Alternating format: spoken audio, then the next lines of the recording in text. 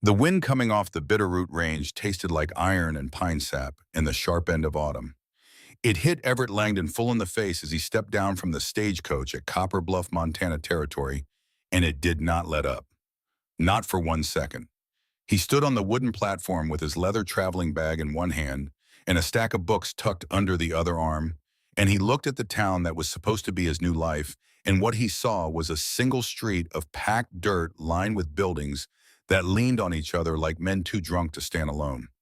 A saloon at the center freshly painted, a church with a crooked steeple, a general store on the corner with faded letters above the door, a water trough where two horses stood nose to tail swatting flies with their tails in a rhythm that suggested they had been doing this for years and expected to do it for years more.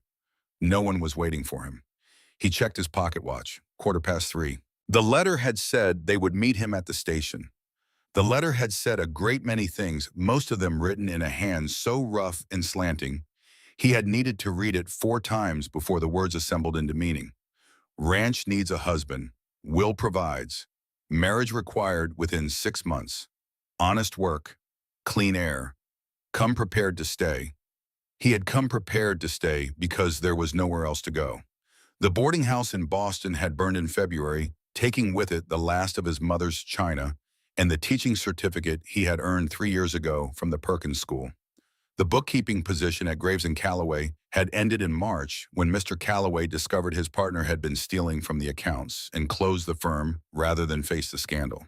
By April, Everett Langdon had no family, no employment, no savings, and no prospects, and the advertisement in the Boston Evening Transcript had seemed less like an opportunity than a door left open at the end of a hallway where all the other doors had closed. He had written that night, his hand shaking, his last candle guttering in the draft from the cracked window. He described himself honestly because he did not see the point in lying to people he might spend the rest of his life beside. Former school teacher, former bookkeeper, 27 years old, in good health, willing to learn, not much to look at, but dependable. The reply had come 3 weeks later, short, blunt. Come to Copper Bluff. Bring what you need. We will be at the station. They were not at the station. Everett waited.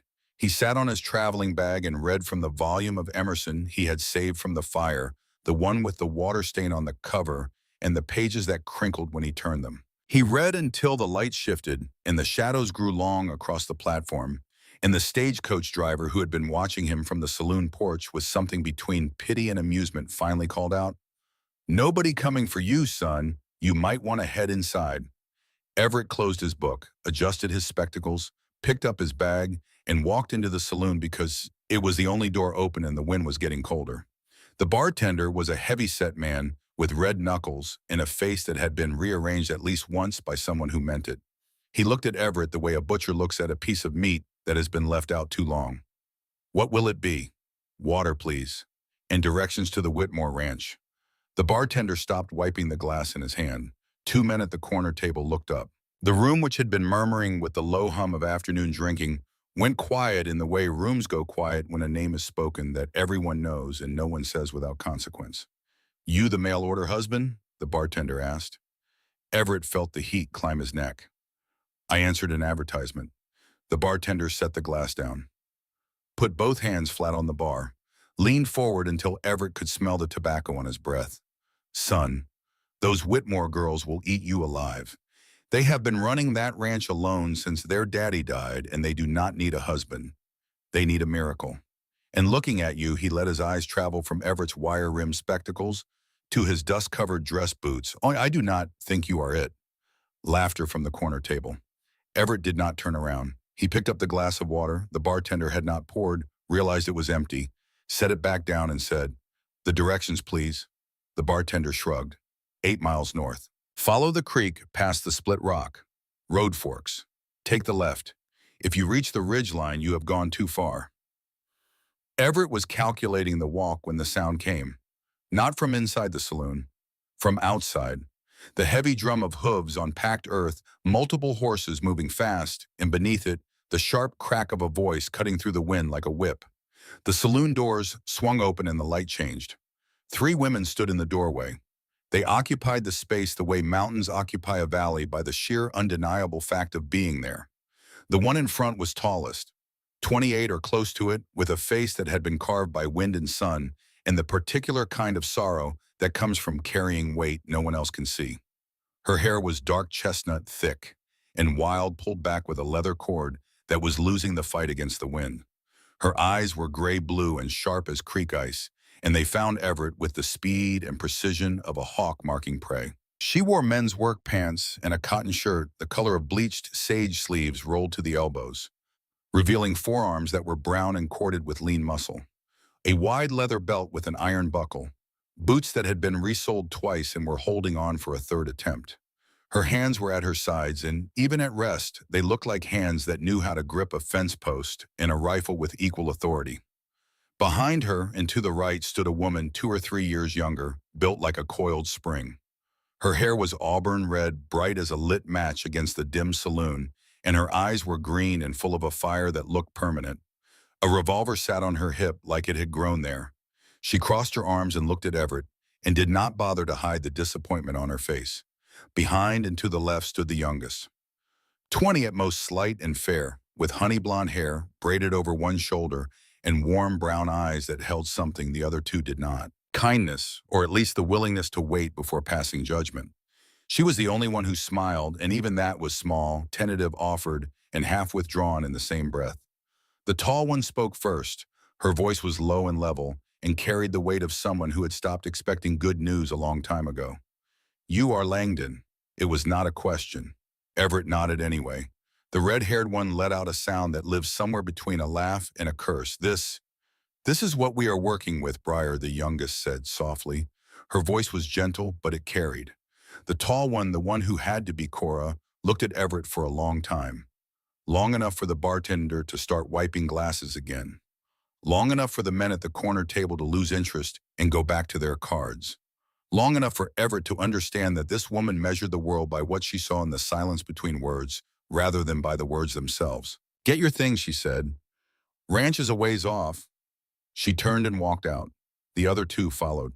The doors swung shut behind them and the saloon exhaled, and Everett stood there with his books and his traveling bag and the absolute certainty that he had made either the best or the worst decision of his life, and there was no way to know which until it was too late to change it. He followed them outside. The 3 horses stood hip-shot at the rail trail, dusty and strong, their bridles simple leather with no decoration. A wagon waited beside them, loaded with sacks of feed and a crate of supplies. Cora was already mounted. Briar swung up with a grace that made the movement look like water flowing uphill. Wren, the youngest, was standing beside the wagon with one hand on the sideboard. "You ride?" Wren asked. "No?" Everett admitted. Something crossed her face that was neither quite pity nor quite amusement. She gestured to the wagon bed. "Climb in. Hold on to something." He climbed in among the feed sacks, in the supply crate, and a coil of rope that smelled like horse sweat and iron. The wagon lurched forward, and he grabbed the sideboard and held on as the town of Copper Bluff fell away behind him, and the road narrowed and climbed, and the trees closed in overhead like a cathedral with no roof. They rode for nearly 2 hours. The road, if it could be called that, switched back and forth up the mountain through stands of ponderosa pine and Douglas fir, past exposed rock faces where water seeped from cracks in the stone, and froze into thin sheets of ice that caught the last light and shattered it into fragments. The air thinned and sharpened. The temperature dropped. Everett pulled his wool coat tighter and felt the cold find every seam. The 3 sisters rode ahead in a loose formation, Cora at the center, Briar on the right, scanning the tree line with the constant vigilance of someone who knew what lived in these mountains and did not take it lightly. Wren on the left with her horse picking its way carefully over the rocks. They spoke to each other in the shorthand of people who have lived together so long that words are mostly unnecessary. A glance, a nod, a hand signal.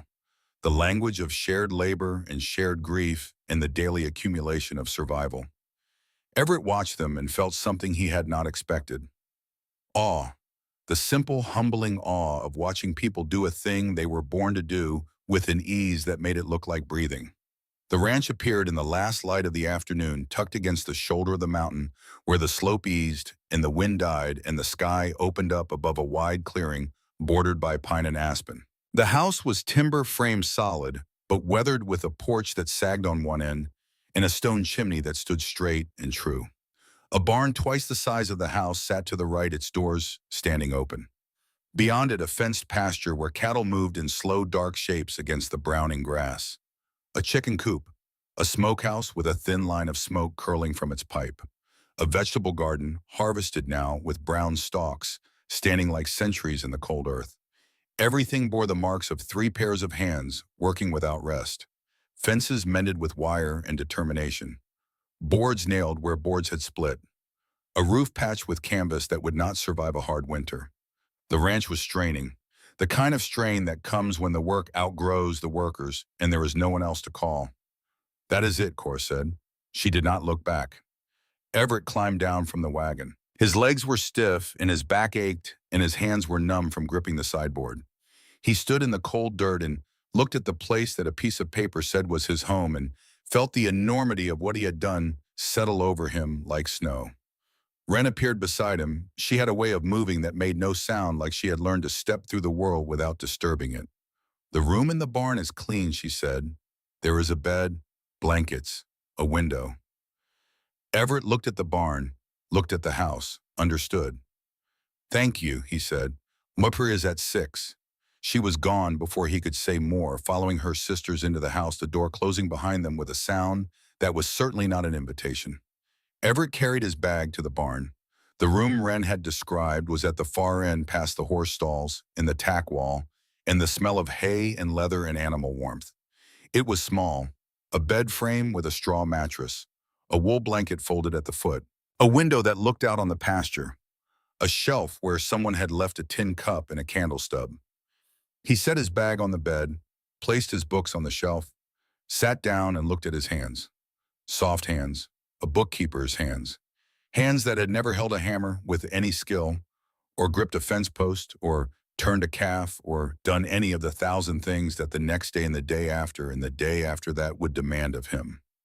He thought about Boston, about the classroom where he had taught 9 and 10-year-olds to parse sentences and find the beauty in Longfellow and Whitman, about the ledgers at Graves and Callaway, where the numbers had lined up in perfect columns, and the world had made sense because numbers always made sense even when nothing else did.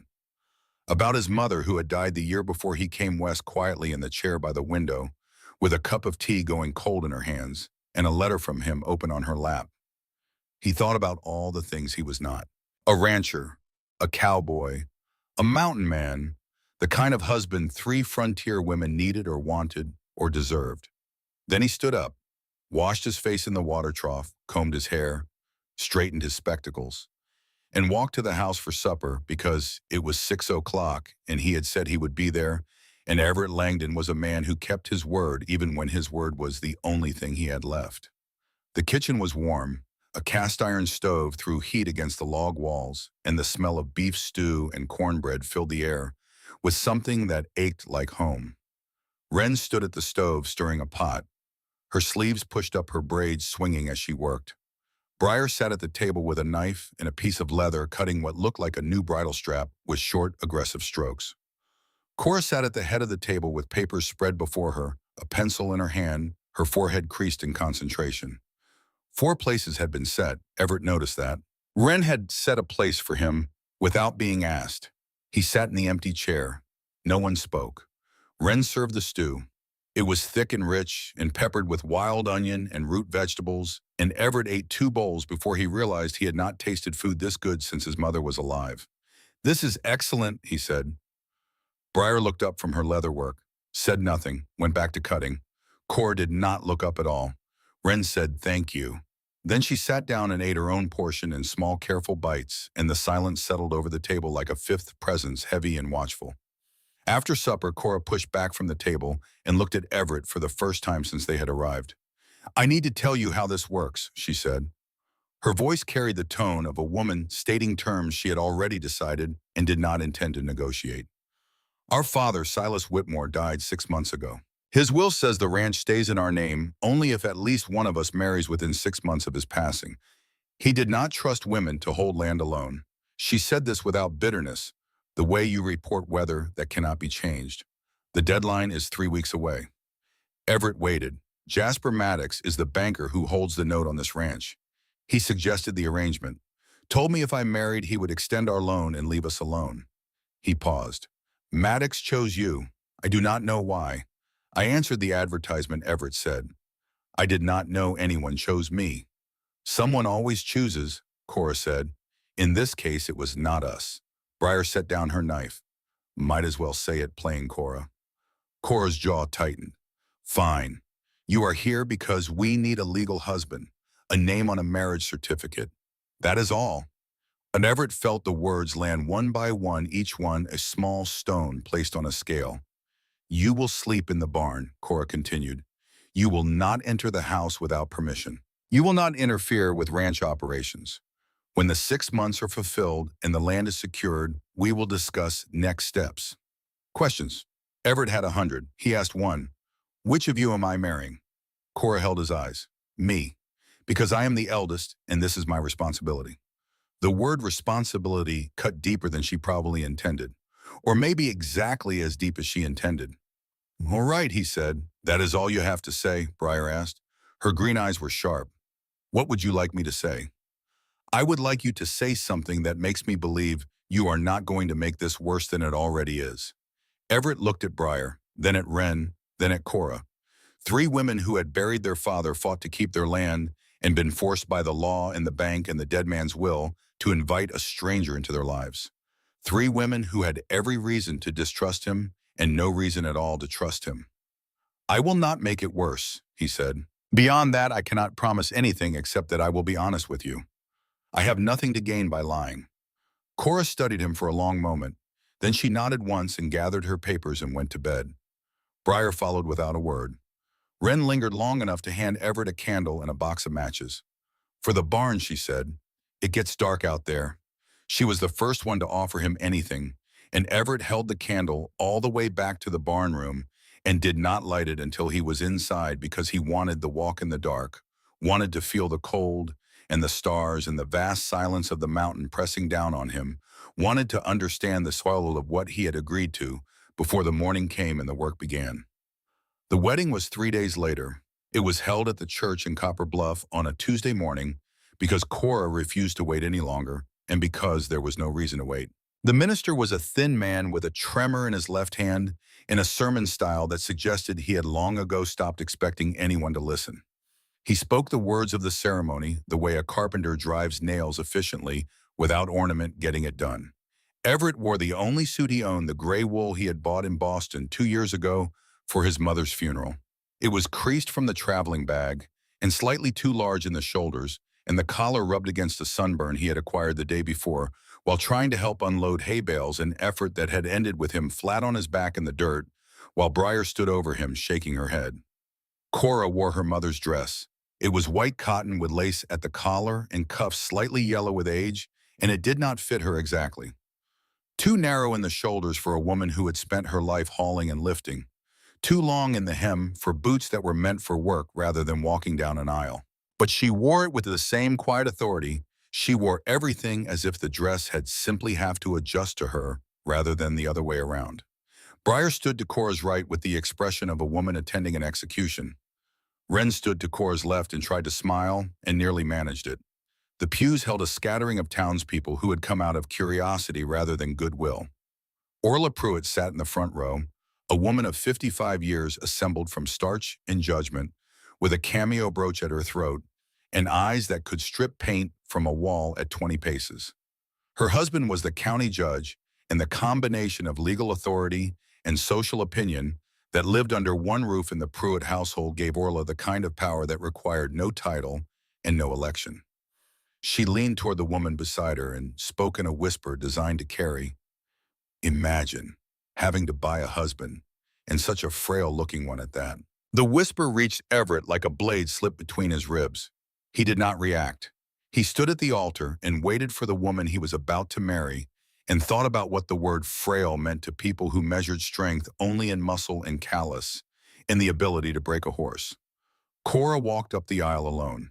No one gave her away because there was no one left to give her, and because Cora Whitmore was not the kind of woman who was given. She walked with her shoulders straight and her chin level and her eyes forward, and when she reached Everett, She looked at him once briefly, the way a general surveys terrain before a battle, assessing distance and the odds of survival. They signed the papers. The minister pronounced them married. There was no kiss. There was a silence that lasted one beat too long, and then Cora turned and walked back down the aisle and out the door and into the cold October morning. Briar followed, then Wren, then Everett, 3 steps behind his wife, listening to the laughter that rippled through the pews. Outside, the light was harsh and the wind had teeth. Everett stood on the church steps and watched Cora mount her horse without waiting for him. Watched her ride toward the wagon where Briar and Wren were already seated.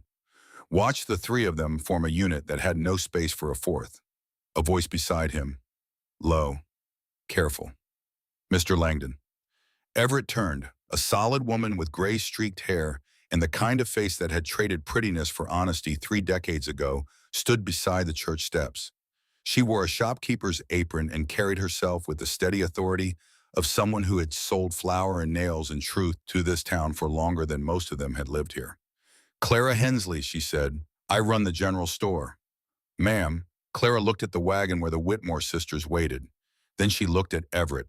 Her eyes were sharp but not unkind. Those girls have been on their own since their mother died 12 years ago. Their father tried his best, but the grief broke something in him, and Cora has been carrying that family since she was 14 years old. She has never asked anyone for help. The fact that she agreed to this arrangement tells you how desperate things have become. Everett said nothing. He waited.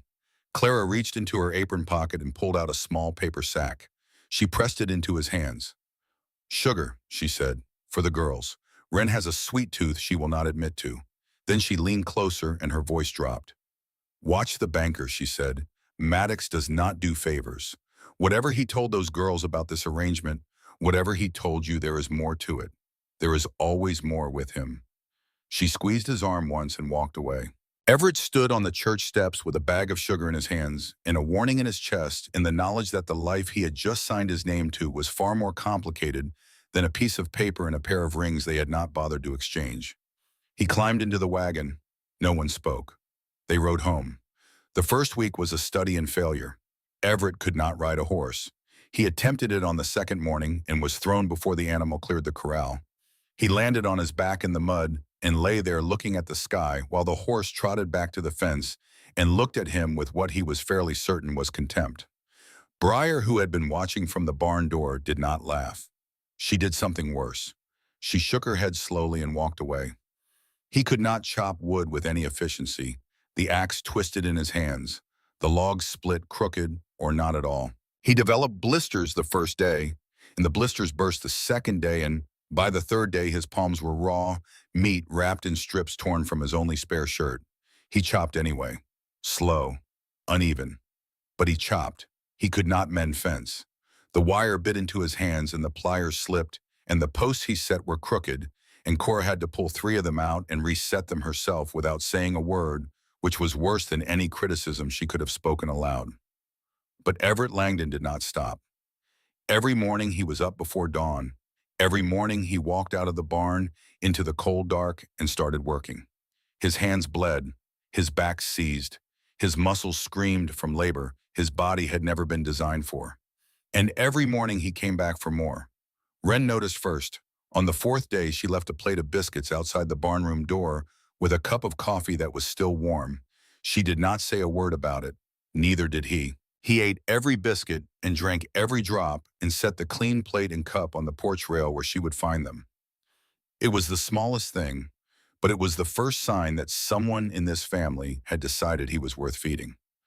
On the 5th day, Everett found his purpose. Cora had left the ranch ledger open on the kitchen table. She had been working on the accounts late the night before, and Everett, coming in for water, saw the pages spread open under the lantern light. Numbers, columns, figures, numbers he understood. He sat down. He did not ask permission. He read the ledger front to back. It took him an hour. When he was done, he sat very still and stared at the wall and felt something cold settle in his stomach. The ranch was not just struggling. The ranch was being bled. The interest rate Maddox charged on the loan was nearly double the legal limit. The sale prices for the cattle negotiated through a broker Maddox had recommended were 30% below market value. The supply costs from certain merchants in town were inflated, consistent, deliberate, the quiet arithmetic of exploitation. Everett was still sitting there when Cora came down the stairs at dawn. She saw him at the table with her ledger open and her face went rigid. "What are you doing? Your numbers are wrong," Everett said. He did not look up. "The interest rate is usurious. Your cattle broker is cheating you. And 3 of the merchants you buy from are charging you 40% above fair price." Cora crossed to the table. She stood over him and looked at the ledger and at the notes he had made in the margins with the pencil stub he had found in the kitchen drawer. "You can read a ledger," she said. "I was a bookkeeper in Boston for 4 years. This is what I do." She sat down across from him. She read his notes. Her face did not change, but something behind her eyes did. A door opening. Barely a crack, but enough for light to come through. "Show me," she said. He showed her, line by line, number by number. He showed her how Maddox had structured the debt to be unpayable, how the broker was skimming profit, how the merchants were colluding to keep the Whitmore sisters paying more than anyone else in the valley. When he finished, the sun was up, and the coffee Wren had made sat cold between them. "How much are we losing?" Cora asked. "Roughly $300 a year, possibly more." $300. In a world where a ranch hand earned $25 a month, $300 was the difference between survival and ruin. Cora looked at him. For the first time since he had arrived, she looked at him with something other than assessment or disappointment or the careful blankness of a woman who had learned to hide everything. She looked at him with attention. "Can you fix it?" she asked. "I can renegotiate the cattle contracts. I can find new merchants willing to deal fairly. I can document the lending violations and use them as leverage against Maddox." Cora leaned back in her chair. The morning light caught the angles of her face, the high cheekbones, the strong jaw, the weariness around her eyes that never quite went away. "Do it," she said. It was the first task she had given him, the first time she had acknowledged that he had something to offer beyond a name on a marriage certificate, the first crack in the wall. Everett went to town that afternoon. He rode in the wagon because he still could not stay on a horse, and Wren drove because she was the only sister who did not look at the act of driving him as a personal insult. They stopped at Clara Hensley's store first. Everett walked in with the ledger under his arm and the quiet confidence of a man operating in his element for the first time since leaving Boston. He negotiated new supply terms in 45 minutes. Clara, who had been overcharging by 15% because she assumed no one at the Whitmore Ranch could do it arithmetic, agreed to fair prices without argument, though she made it clear the overcharging had been inherited from an arrangement made with Silas Whitmore years ago when the old man had been too grief-addled to negotiate. Then Everett went to the cattle broker. This conversation was less pleasant. The broker, a man named Gentry, who operated out of a back office at the saloon, did not take kindly to being told his prices were criminal. He blustered. He threatened. He said he would refuse to buy Whitmore cattle altogether. Everett opened the ledger, showed him the numbers, showed him the fair market prices he had calculated, showed him calmly and without raising his voice that a letter to the territorial authorities documenting systematic price manipulation would be more expensive than simply paying a fair price for good beef. Gentry agreed to new terms. His face was the color of old brick when Everett left. On the ride home, Wren was quiet for a long time. Then she said, "You scared him." Everett looked at his hands, still soft, still a bookkeeper's hands, but useful finally in a way that mattered. "I showed him math," he said. "Math is very frightening when it proves you are a thief." Wren laughed, a short, bright, startled sound like a bird taking flight from a branch it had been sitting on for too long. It was the first time he had heard any of the Whitmore sisters laugh, and the sound made something ache inside his chest that he did not have a name for. That evening, when Everett presented the new terms to Cora, the savings amounted to $320 a year. He laid the figures on the table with the same care he had once used to lay out lessons for his students, step by step, clear and orderly, with the kind of patience that illuminates without condescending. Cora read the figures. Briar read them over her shoulder. Wren sat across from Everett and watched his face while he explained, and he noticed that she watched him the way a person watches a door that might open onto something worth seeing. When he finished, Cora folded the paper and put it in her pocket. She stood. She walked to the stove and poured a cup of coffee and set it in front of Everett without a word. It was the first time she had poured anything for him, the first time she had given him anything at all. He drank it, It was bitter and strong, and it tasted like the beginning of something. But the beginning had teeth. 10 days after the wedding, Jasper Maddox came to the ranch. He arrived in a buggy drawn by a matched pair of chestnuts, with Deputy Floyd Buckner riding alongside on a horse that was better fed and better groomed than any animal on the Whitmore property. Maddox was a heavy man with soft hands and a smile that covered his face like a coat of paint, bright and even and concealing everything beneath. His vest was buttoned tight and over a belly that spoke of meals the Whitmore sisters could not afford, and his watch chain glinted gold in the autumn light. He stepped down from the buggy and looked at the ranch the way a man looks at something he already considers his own. "Miss Whitmore," he began, then corrected himself with a smile that showed too many teeth. "Mrs. Langdon now, I suppose. Congratulations are in order." Cora stood on the porch with Briar and Wren flanking her.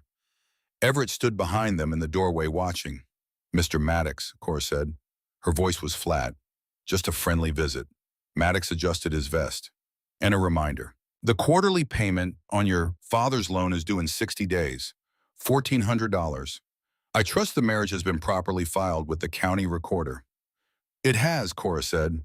Maddox's eyes drifted past Cora to Everett.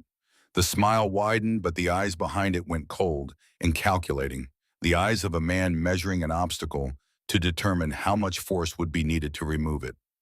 "Mr. Langdon," he said, "settling in are we?" "I am," Everett said. "Good." Maddox looked at the barn, then at the house, then back at Cora. "I hear your new husband is sleeping in the barn. Interesting arrangement for newlyweds." The words hung in the air like smoke. Briar's hand moved toward her hip in instinct, but Cora stopped her with a look. "Our arrangements are our business," Cora said. "Of course they are.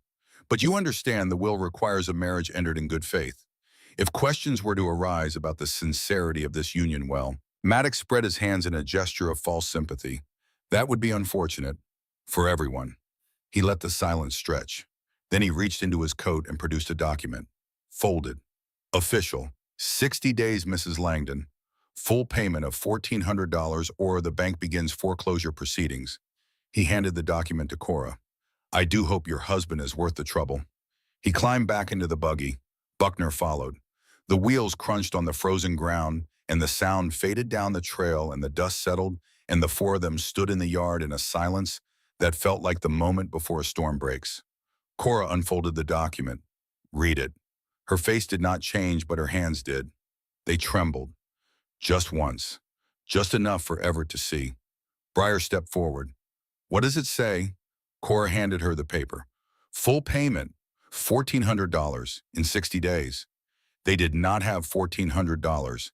They did not have a quarter of that. Everett knew this because he had seen the ledger, and the ledger did not lie. Briar swore. Wren pressed her hands to her mouth. Cora stood very still and stared at the road where Maddox's buggy had disappeared. That night, Everett did not sleep.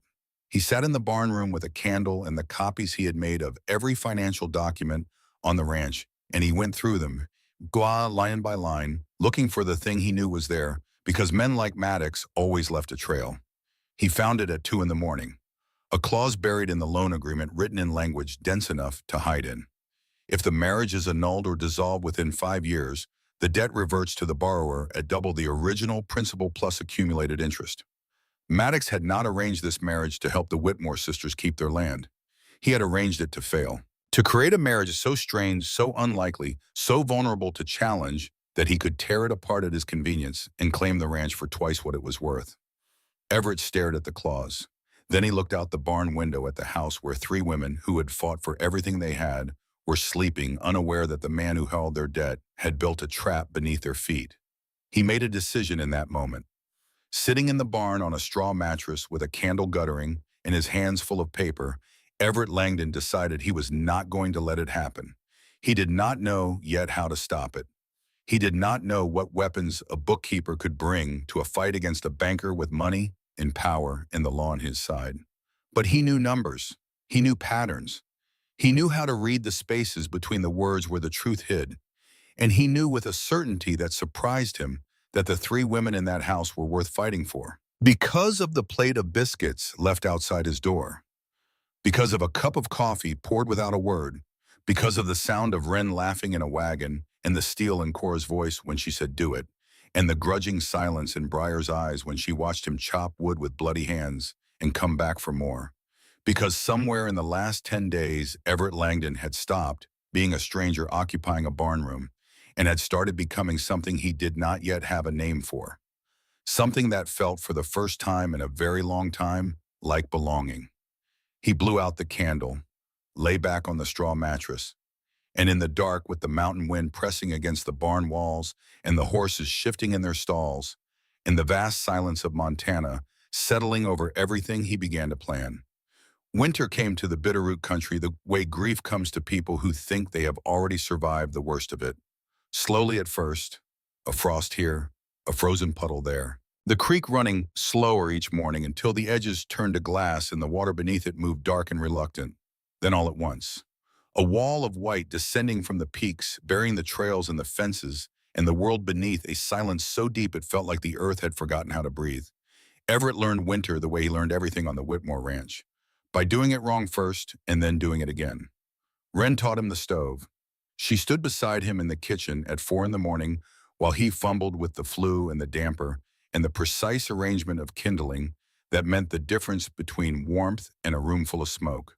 She showed him which draft to close when the wind shifted north and which to crack open at dawn, and how to listen to the chimney for the low moan that meant the pressure was changing and the fire needed tending. She showed him with her hands adjusting his grip on the poker, repositioning the logs, and when he finally got it right on the third morning, and the stove caught and held, and the heat spread through the kitchen like a living thing, she smiled and said nothing, and poured him coffee, and that was enough. Briar taught him the axe. This was less gentle. She stood in the yard with her arms crossed and watched him swing and miss and swing and split crooked and swing and nearly take off his own foot. And she said things like, "You are going to kill yourself, and that log has a family. Please stop torturing it, and I have seen newborn calves with better coordination." But she did not leave. She stood there in the cold and watched, and when he finally split a log clean down the center, straight and true, the two halves falling away with the sweet crack of well-cut wood, she gave a single nod that contained more approval than a standing ovation. Cora taught him nothing directly. Cora observed. She watched from the porch or the barn door or the kitchen window, and Everett could feel her eyes on him the way you feel sunlight on the back of your neck. She did not praise and she did not criticize. She simply watched, and Everett understood that this was her way of measuring him against a standard she had not yet defined, because she was still deciding whether to trust him enough to need anything from him at all. The storm came on the third week of November, on a night when the stars vanished behind a wall of cloud that rolled down from the peaks like smoke from a burning house. The wind hit first, screaming through the valley, tearing at the roof canvas and rattling the windows. Then the snow, horizontal sheets of white that turned the world into a blank page. Cora and Briar had ridden out before dawn to check the herd at the upper pasture. A section of the north fence had come down in the wind the night before, and a dozen head had scattered into the timber. They would be gone all day, maybe longer. Everett was feeding the stove when he heard it, the cattle in the near pasture lowing in a way that meant distress. Then the crack of fence posts giving way. Then the heavy, panicked thud of hooves on frozen ground. He went to the window. Through the blowing snow, he could see dark shapes moving where no shapes should be. The cattle were out. The east fence had collapsed under the weight of drifted snow, and the animals were pushing through the gap and scattering into the open ground beyond the property line, where the mountain dropped away into ravines that would kill any cow stupid enough to follow gravity. Wren appeared at his shoulder. She looked at the fence, looked at the cattle, looked at the storm. "I will get the wire," she said. "You get the posts." They worked for 3 hours. Wren and Everett side by side in the screaming wind, driving posts into frozen ground with a maul and stretching wire with hands that went numb before they finished the first section. The snow came at them sideways. The wind knocked Everett flat twice. His spectacles fogged and froze, and he tore them off and worked half blind, feeling for the wire with fingers that had lost all sensation. Wren was extraordinary. She moved through the storm like she had been born in one, her small frame bent against the wind, but never broken her hands working the wire with a speed and surety that came from a lifetime of doing exactly this. She did not complain. She did not slow. She held the lantern when Everett needed light, and she held the wire when he needed tension. and she held him upright when the wind hit him broadside and tried to take him off his feet. At one point deep in the third hour, when the cold had settled so deep in his bones that he could not tell where his body ended and the storm began, Everett looked at Wren. She was standing in snow up to her thighs, her honey blonde hair plastered to her face, her hands bleeding from the wire, and she was singing, quietly, under her breath, a hymn or a lullaby, or something older than either, a sound that had no business being beautiful in the middle of a blizzard, but was beautiful anyway because it came from a place inside her that the cold could not reach. By dawn, the fence held. When Cora and Briar rode in 2 hours later, mud-splattered and grim from a night of chasing strays through timber, they found the east fence standing and the cattle back in the pasture, and Everett sitting on the porch step with raw hands and a face white with exhaustion, and Wren beside him, wrapped in a blanket, both of them too tired to move. Cora looked at the fence, looked at Everett's hands, looked at Wren. Something crossed her face that was not surprise, because Cora Whitmore did not allow herself surprise. It was recognition. The recognition of a person who has been carrying a weight alone for so long that when someone else picks up a corner of it, the relief is almost painful. She did not say thank you. She did not say well done. She dismounted and walked to the fence and tested the posts in the wire with the practiced eye of a rancher who has been mending fence since she was old enough to hold pliers. Then she turned and looked at Everett and gave one nod. Slow and deep, that nod said, "I see you." It said you stayed. It said maybe. Briar stood behind Cora, looking at the fence, then at Everett, then at the fence again. The skepticism that had lived in her eyes since the day he arrived was still there, but it had cracked. A fissure running through stone. "You held wire in that storm," Briar said. "Wren taught me." Briar looked at her younger sister with an expression Everett had not seen before. Pride. The recognition that Wren, the quiet one, the gentle one, the sister they both protected, had done something neither of them had been there to do. That evening, Briar brought Everett a cup of coffee in the barn. She set it on the shelf beside his books and stood there for a moment, arms crossed. "The fence looks good," she said, "for a bookkeeper." Then she left, and Everett sat on his narrow bed and drank the coffee and understood that something had shifted. The way tectonic plates shift, deep and slow and permanent. The days after the storm were the quietest Everett had known since arriving. A hush settled over the ranch, thick as the snow itself. The world contracted to the house and the barn and the short walk between them. Wren's hands peeled from the wirework, and Everett wrapped them in salve and clean cloth each morning, sitting across from her at the kitchen table, working carefully because her hands were small and the cuts were deep. She watched his face while he worked, and he felt her watching, but did not look up, because looking up would have meant acknowledging something that neither of them was ready to name. One evening, while Briar oiled tack in the barn and Wren read by the stove, Cora sat on the porch alone. Everett saw her through the kitchen window. She had her mother's handkerchief in her lap, the one with the embroidered edges that she kept in her pocket and never showed anyone, and her head was bowed and her shoulders were shaking. He did not go to her. He understood by now that Cora carried her grief privately fiercely, and that approaching her in a vulnerable moment was more likely to build walls than breach them. Instead, the next morning, he fixed the kitchen door. The one that had been sticking for weeks. The one Cora had complained about twice in passing and then stopped mentioning because complaining about things she could not fix was a luxury she did not allow herself. He fixed it with a plane and a screwdriver and 15 minutes of quiet work before anyone else was awake. When Cora came downstairs and opened the door and felt it glide smooth and silent on its hinges, she paused. She looked at the door, then she looked toward the barn. She said nothing.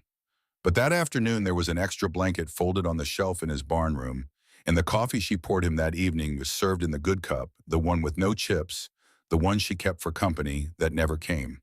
The romance between them grew the way winter grass grows beneath snow, invisible, patient, waiting for the right conditions to break through. Everett noticed things about Cora that he kept to himself. He noticed the way she checked the cattle before checking on herself, always without exception. He noticed the way she cut her own food last at every meal, making sure her sisters had enough before she took a bite. He noticed the calluses on her hands and the thin scar on her forearm from a fall years ago, and the way her hair caught the firelight at supper and turned from chestnut to copper to something he did not have a word for. He noticed that she never sat down first, never rested before everyone else, never allowed herself a single moment of weakness where anyone could see. The weight of 14 years of being mother and father and ranch foreman, and the only wall between her sisters and the world was enormous, and Everett could see that weight in the curve of her shoulders when she thought no one was looking. One night after Briar and Wren had gone to bed, Cora sat at the kitchen table with the ranch book spread before her. She had been working on the accounts with the new figures Everett had calculated, and the numbers were better. Now not good, but better. And the difference between surviving and not had narrowed to a margin that a careful person might just navigate. Everett came in from the barn to refill the water pitcher. He paused by the table. The candle threw shadows across Cora's face, and he saw that her eyes were not on the numbers. They were unfocused, distant. She was somewhere else entirely. "You should sleep," he said. She blinked, came back from wherever she had been. "I will. In a minute." He sat down across from her. She did not tell him to leave. This was new. This was progress measured in inches. "My mother died when Wren was 6, Cora said. The words came without preamble, as if they had been waiting at the front of her mind for days and had simply chosen this moment to walk out. She was sick for a long time. Fever that came and went. Papa could not afford a doctor who knew anything. By the end, she was so thin, I could see the bones in her hands when she held mine. She looked at the candle flame. I was 14. I stood at the foot of her bed and promised her I would take care of them. Briar and Wren. I promised I would not let anything happen to them. She closed her eyes briefly. I have never been able to stop since. I do not know how to be tired out loud. I do not know how to let someone carry any of it, because the last time someone else was supposed to carry it, they died. The silence after her words was full of 14 years of carrying everything alone and never being asked how she felt about it. Everett said, "You do not have to be strong every moment." With who? She looked at him, and for the first time there was something raw in her gray-blue eyes, something unguarded. "With you, you will be here. How long?" "Everett, until the land is secure, until the debt is paid, until you find somewhere better." He did not answer with words. He reached across this table and placed his hand over hers, gently, the way you offer a lamp to someone standing in the dark. She did not pull away. They sat like that for a long time in the candlelight, while the fire burned low in the stove, and the wind whispered against the walls, and the mountain held its breath around them. The touch said everything that language was too small to hold. When Cora finally stood and went upstairs, she paused at the foot of the staircase and said without turning around, "Good night, Everett." It was the first time she had said his name like it belonged to someone she intended to remember. The discovery came on a Tuesday. Wren had been going through their father's desk, sorting papers that had been untouched since Silas Whitmore's death. Most of it was routine: land deeds, crop records, bills of sale, feed receipts, the meticulous but disorganized paperwork of a man who kept everything and filed nothing. At the bottom of the last drawer beneath a layer of old newspapers and a tobacco tin filled with nails, Wren found a letter, sealed, addressed to Silas Whitmore in handwriting and she did not recognize. She opened it carefully and read it twice, and then she carried it across the yard to the barn where Everett was oiling tack. Her face was white. "You need to see this," she said. Everett took the letter. It was dated 3 months before Silas Whitmore's death. The handwriting was precise and slightly ornate, the penmanship of a man who had been taught that appearance mattered more than substance. The letterhead read, "Copper Bluff Savings and Trust, Jasper Maddox, Director." The letter was short. It offered to purchase the Whitmore Ranch for $400, roughly 1/4 of its market value. The language was polite. The subtext was not. If Silas declined, the letter continued, the bank would be forced to reconsider the terms of his existing loan, potentially calling the note in full, which would result in foreclosure. A regrettable outcome for all involved, Maddox had written. But business is business. Everett read the letter 3 times. Then he folded it carefully and placed it inside the ledger he kept in his room. He told no one. The letter was a weapon, but weapons are only useful when deployed at the right moment. Used too soon, it would alert Maddox and give him time to prepare. Used too late, it would not matter. Everett added it to the growing file of evidence he had been assembling since his first night in the barn room. The usurious interest rates, the manipulated cattle prices, the hidden clause about the marriage, and now this, a direct threat to a dying man 3 months before his death. The picture was becoming clear. Maddox wanted the land. Silas had refused to sell. Maddox had waited for the old man to dish on and then manufactured a situation designed to fail.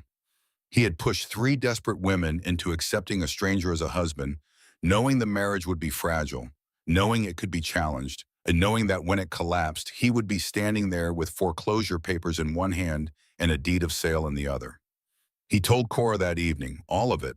The letter, the inflated interest, the cattle fraud, the hidden clause about the marriage, the pattern he had assembled from weeks of careful reading, and the kind of attention to detail that only a man trained to find discrepancies in ledgers could bring to bear. Cora listened without interrupting. Briar stood in the doorway with her arms crossed, her face growing darker with every word. Wren sat at the table with her hands folded, her brown eyes moving from Everett's face to the papers he spread before them. When he finished, the kitchen was very quiet. Cora spoke first. He killed my father. She did not mean it literally, but the pressure Maddox had applied to Silas Whitmore in his final months, the threats, the manipulation, the slow tightening of a financial noose around a man already weakened by grief and illness, that was its own kind of killing. Briar's hand moved to her hip where the revolver usually sat. I will ride to his office tonight, she said. Her voice was low and even and absolutely certain. No, Cora said. If you threaten him, you give him exactly what he needs. An excuse. A reason to call in the deputy and have us removed by force. She looked at Everett. Is this enough to beat him? Everett gathered the papers. Not yet. This is leverage, not proof. We need the bank's internal records. If we can show a pattern, a deliberate scheme to defraud, we can take this to a judge. A judge, Briar said, whose wife tells everyone in town that we are godless savages who bought a husband with our father's land. Judge Pruitt may be married to Orla, but he has spent 30 years on the bench. He takes the law seriously. And if he does not, then we take it to the territorial authorities. Maddox's scheme works only if it stays hidden. The moment it becomes public, he loses. Cora studied his face. Something moved in her eyes, a shift so subtle that anyone who had not spent weeks learning to read her would have missed it. The look of a woman realizing that the stranger she had married out of desperation was becoming someone she could rely on. Then we fight, she said. Briar looked at her sister, then at Everett. Something passed between the 2 older sisters, a conversation conducted entirely in shared history and shared blood. And when it was over, Briar gave a single nod. Fine, she said. We fight, she pointed at Everett. But if this goes wrong, I am holding you personally responsible. Noted, Everett said. Wren reached across the table and took his hand. It was brief, barely a second, but her fingers pressed against his palm with a warmth that said thank you and be careful and I believe you all at once. Sunday came and with it the question of church. Everett proposed they attend together. Briar's reaction was immediate. So the town can stare at us. Everett shook his head. So Maddox cannot say we are hiding. If we appear in public as a family, as a unit, it undermines his claim that the marriage is fraudulent. Every person who sees us standing together is a potential witness. Cora considered this. Then she went upstairs and came back wearing the only dress she owned that was not a work shirt, a dark cotton dress pressed with a heated iron and buttoned high at the collar. It did not make her look soft. Nothing could make Cora Whitmore look soft, but it made her look deliberate, and deliberate was a kind of strength that courts understood. Briar wore a dress for the first time in 3 years. She looked like she was being punished. Wren braided all 3 sisters' hair with careful hands and wove small pine sprigs into the plaits, because it was nearly Christmas and because Wren believed that beauty was a form of resistance, even if she had never put it in those words. They rode to town together, Cora and Briar on horseback, Wren driving the wagon with Everett beside her. When they arrived at the church, heads turned. Whispers moved through the congregation like fire through dry brush. Orla Pruitt sat in the front pew, rigid with disapproval, her cameo winking in the weak winter light. She turned and looked at the 4 of them, walking down the aisle, and her expression was the expression of a woman who has bitten into something she expected to be sweet and found it rotten. But someone else looked too. Hannah Prescott, the young widow with 3 children who lived in a cabin on the far side of the creek, stood up from her pew and walked directly to the Whitmore sisters. She took Cora's hand in both of hers and said loud enough for the rows around them to hear, "It is good to see you, Mrs. Langdon, you and your family." The word family landed in the church like a stone in still water. It rippled outward. Other women turned.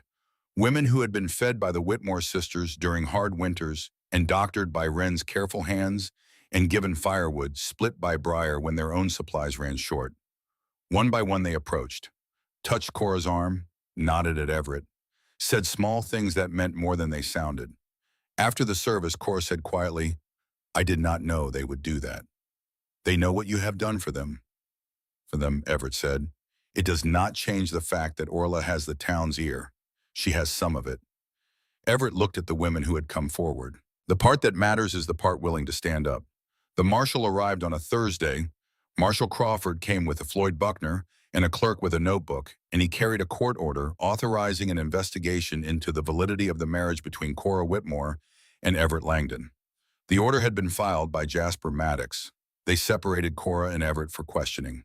The marshal was polite but thorough. He asked about sleeping arrangements, about the nature of their relationship, about whether the marriage had been consummated, about whether either party had entered the arrangement with genuine intent. Cora answered with the controlled precision of a woman who has spent her life navigating hostile terrain. She told the truth where the truth helped and declined to answer where it did not. She was stone and steel, and the marshal left her questioning and no more informed than when he started. But it was Briar who provided the moment no one expected. When the marshal reached Briar, he expected hostility. What he got was something else entirely. "He is stupid," Briar said. She sat in the kitchen chair with her arms crossed and her green eyes fixed on the marshal with an intensity that made the clerk stop writing and look up. "He is weak. He cannot ride a horse without falling off. He cannot swing an axe without nearly killing himself. He is the least useful man I have ever met on a working ranch." The marshal waited. Briar leaned forward. "But he is here every morning, before dawn, with his hands cracked and bleeding, doing work that his body was never built for because we need it done and there is no one else. He sat in a blizzard holding wire until his fingers turned white because our cattle were loose, and he did not know how to help any other way except to stand there and hold on and refuse to let go." Her voice changed. The hardness did not leave it, but something else entered it. The beginning of respect spoken aloud for the first time. He does not complain. He does not ask for thanks. He does not ask for anything. He just shows up. Every single day he shows up. And if that is not commitment, I do not know what commitment looks like, and neither does anyone in this town. The marshal looked at his clerk. The clerk had stopped writing and was staring at Briar. That was the moment. The most skeptical member of the Whitmore family standing in defense of the man she had spent weeks doubting, and the fact that it came from Briar gave it a weight that no amount of prepared testimony could have carried. The marshal left without a conclusion. He would file his report, and the court would decide. But something had shifted. Even Crawford seemed uncertain of his own investigation.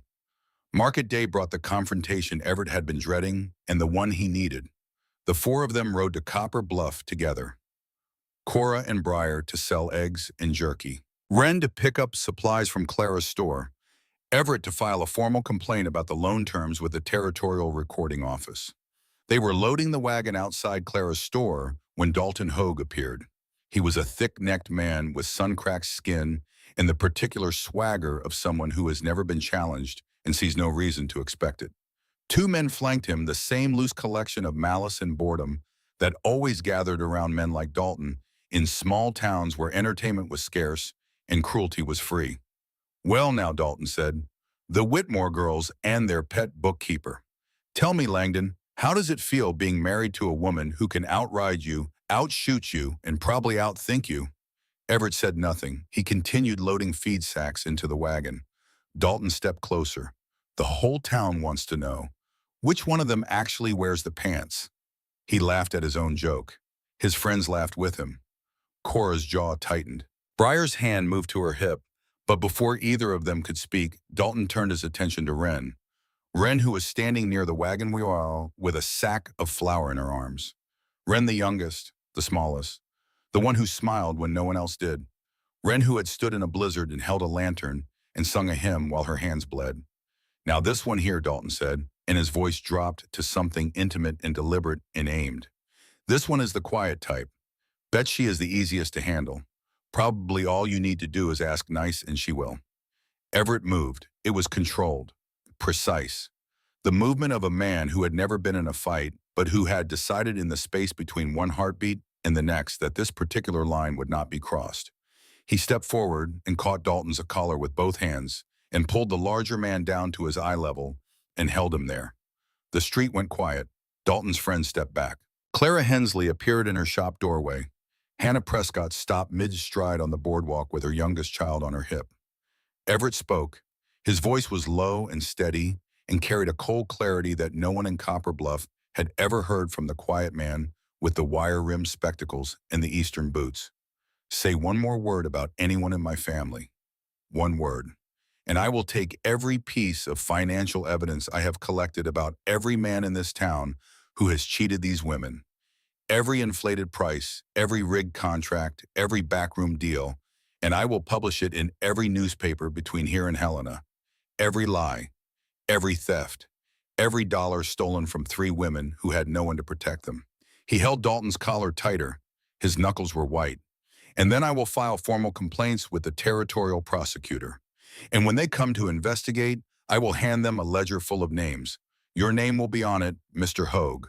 So will your friends. Dalton's face had gone from red to white because Dalton Hogue had been one of the merchants overcharging the Whitmore Ranch, and the look in Everett's eyes told him the bookkeeper knew exactly how much and for how long. Everett released him. Dalton stumbled backward. His friends caught him. None of them spoke. Behind Everett, 3 women stood in a line.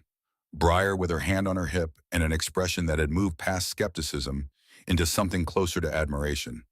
Wren with tears in her eyes and flour dust on her dress. And Cora. Cora looked at Everett with those gray-blue eyes that had assessed him the first day. But the measurement had changed. The calculation had shifted. She was looking at him the way a woman looks at a man she has underestimated, with the slow, devastating recognition that the person standing in front of her is more than she thought. They rode home in silence, but it was a different silence. The silence of people who have crossed a line together and know the landscape on the other side is new. That evening, Wren moved Everett's things from the barn to the house. She did it without asking permission from Cora or Briar.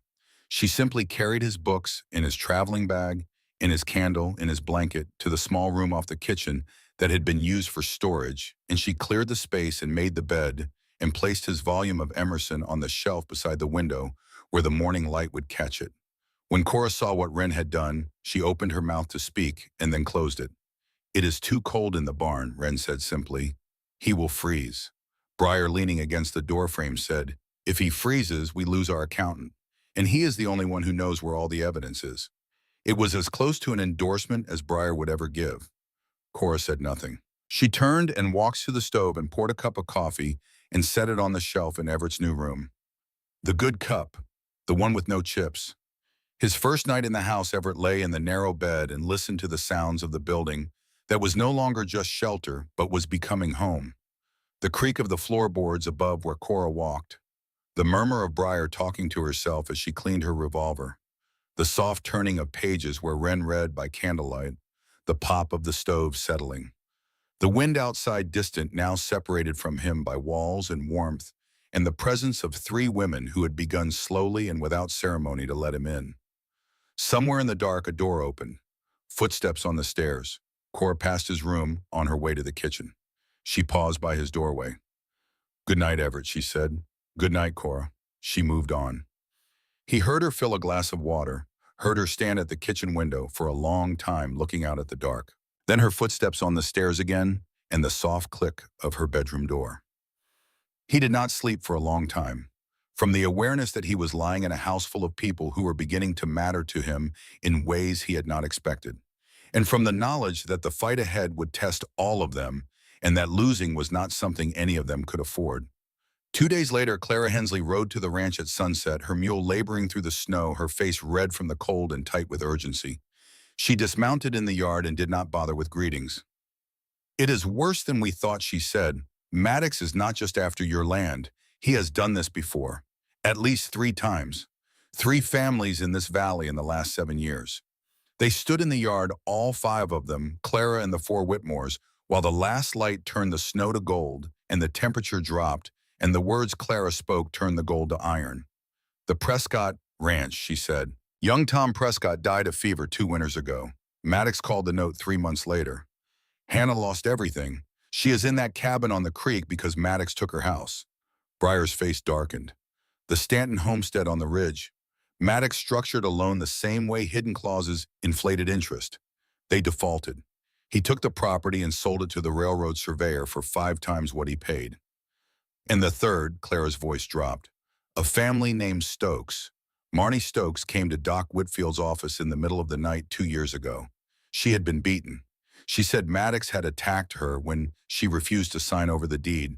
She said he told her no one leaves. The yard was silent. The wind moved through the pines. Doc helped her escape, Clara continued. Put her on a freight wagon before dawn. He has never told anyone because he was afraid of what Maddox would do. Everett spoke. Will he tell someone now? Clara looked at him. I think he might. If someone gives him a reason to be brave. Everett looked at Cora. She met his eyes. And in that exchange, a decision was made that did not need words. They were going to bring Maddox down. For the Prescotts. For the Stantons. For Marnie Stokes. For every person this man had crushed with money and fear and the silence of a town too afraid to speak. That night, Everett sat at the kitchen table and organized every piece of evidence he had collected. Cora sat across from him. Her presence was steady and warm, and it anchored him in a way he had not known he needed. Briar brought coffee. Wren brought a blanket for Cora's shoulders. They worked until midnight, and when they finished, the case was taking shape. A foundation of facts laid one on top of the other, each one small by itself, but together forming something that even a judge married to Orla Pruitt could not ignore. As Cora stood to go upstairs, she paused by Everett's chair. She placed her hand on his shoulder. The weight of it was light, but the meaning was not. Thank you, she said, for seeing what we could not. You were too close to it, Everett said. Sometimes you need someone from the outside to see the pattern. Is that what you are? She asked quietly. Someone from the outside. He looked up at her, at the firelight on her face and the strength in her jaw and the weariness around her eyes that was a little less deep tonight than it had been the night before. I was, he said. I'm not sure what I am now. She held his gaze. Then she went upstairs.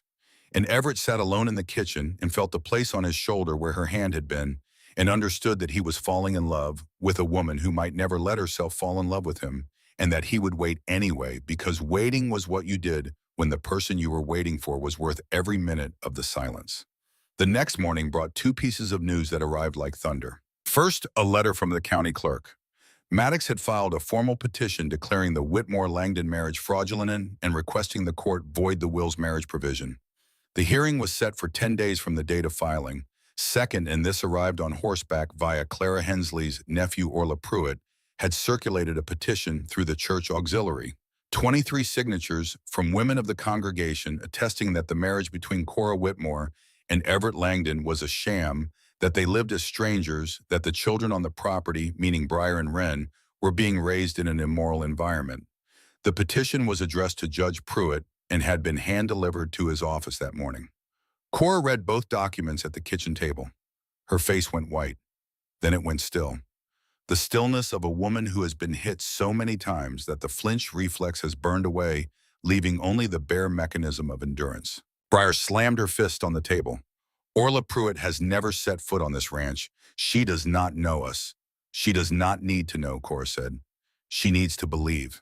And she believes because Maddox feeds her the story, and she carries it to every woman in that church like scripture. Wren was crying, quiet tears that ran down her cheeks and dropped onto the table. The accumulated exhaustion of being judged by people who had never tried to understand them. Everett stood. His voice was calm. We have 10 days, he said. We need a lawyer. We need Doc Whitfield's testimony. We need every ally we have gathered in this town to stand up and be counted. He looked at each of them in turn. We are going to fight. All 4 of us. Together. Briar said with what? With the truth. And with the one thing Maddox did not count on. What is that? That I am very good at math. And his numbers do not add up. Despite everything, Briar almost smiled. You are the strangest husband any woman has ever had, she said. I will take that as a compliment. It was not one, but it was close. And close was enough. That night, when the house was dark and the fire had burned to embers, Cora knocked on Everett's door. He opened it. She stood in the hallway in her nightgown, with her hair down for the first time since he had known her falling past her shoulders in dark waves, and she looked like a woman who had made a decision and was terrified by it and was going to do it anyway. If we lose, she said, if the court takes the land and Maddox wins and everything falls apart, will you stay? Everett looked at her. At Cora, just Cora, standing in a hallway in the dark asking the question she had been afraid to ask since the day he arrived. I did not come here for land, he said. I came here because I had nothing. I stayed because I found everything. You and Briar and Wren. The way Wren laughs when she reads something that surprises her. The way Briar pretends she does not care about anyone and then goes out in a storm to check on the horses because she thinks no one is watching. And you, the sound of your voice when you think no one is listening. He stepped into the hallway. I am not leaving Cora. Not if we win, not if we lose, because the place I belong is not a piece of land. It is wherever you are. Cora looked at him for a long time. The moonlight came through the window at the end of the hall and turned her eyes to silver. She took a step forward. He took a step forward. And in the narrow hallway of a ranch house on a Montana mountain, with the wind pressing against the walls and the stars hard and bright above the roof, Cora. Whitmore kissed Everett Langdon for the first time. It was soft and deliberate and unhurried, the kiss of a woman who had forgotten what it felt like to want something for herself and was remembering slowly, carefully, the way you remember a song you heard in childhood and thought you had lost. When they separated, she leaned her forehead against his and closed her eyes. I am scared, she whispered. I know. So am I. Do not leave. Never. She stepped back, looked at him once more. Then she took his hand and led him to her room. The door closed softly behind them. When morning came, everything between them had changed. Outside, the first light of dawn touched the snow on the peaks and turned it to gold. And somewhere in the distance, the sound of a hawk calling in the clear, cold air, and the day that would begin the fight for everything they had built was already counting down. Everett rode to the county seat on the first day. The road south from Copper Bluff dropped through a pass where the wind funneled between granite walls, and Everett hunched low on the horse that Briar had saddled for him, the gentlest animal they own, a mare named Agnes, who moved at a pace that suggested she had nowhere to be and no intention of hurrying. He had learned to ride in the weeks since his arrival, not well, but well enough to stay in the saddle for the 4 hours to Ridgewater, where a young lawyer named Thomas Mitchell kept an office above the feed store. Mitchell was 29 years old with sharp eyes and a reputation for taking cases that no one else would touch. His office smelled of ink and wood shavings. He listened to Everett's case for an hour without interrupting. He read every document. He examined the loan terms, the cattle contracts, the letter Maddox had written to Silas Whitmore, the hidden clause about the marriage. When Everett finished, Mitchell leaned back in his chair and tapped his pencil against the desk. How much can you pay me, he asked. 2 head of cattle, spring delivery. Mitchell studied him. That is not much. It is what we have. The lawyer was quiet for a long moment. Then he opened a fresh notebook. Tell me everything again, he said. From the beginning.